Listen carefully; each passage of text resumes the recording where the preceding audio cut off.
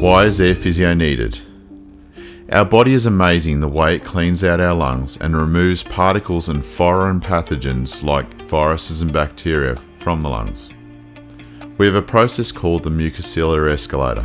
The airways produce mucus, which sits on top of hairs called cilia. These hairs beat backwards and forwards to help transport the mucus up to the throat to be swallowed or coughed out naturally. The mucociliary escalator captures up to 90% of all foreign particles which we breathe into the lungs. Most people actually swallow between 20 to 30 mils of mucus per day as part of the foreign particle clearance process. This process helps to remove particles, viruses and bacteria out of the lungs at a speed of between 1 to 3 centimeters per minute.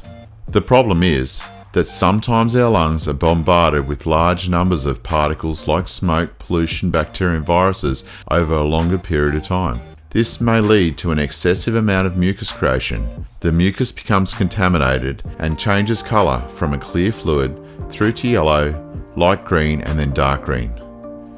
This is an indication that our lungs aren't coping with the amount of pathogens and particles which we're breathing in, and the lungs become infected. This results in a build-up of mucus which makes it harder to transport and can result in further inflammation and blockages in the airways and mucus plugs. This is where Airphysio comes in. Airphysio uses an all-natural process similar to the cough mechanism. The oscillating positive expiratory pressure happens at around 15 to 35 times per second using air, changing pressure and wind shearing to help to push the mucus and the particles up to the throat to either be swallowed or coughed out naturally. This helps the lungs to function more effectively by removing the particles and contaminated mucus from the lungs, whilst helping to improve lung capacity by opening up closed and semi-closed airways and helps to stop the vicious cycle of inflammation and excess mucus buildup.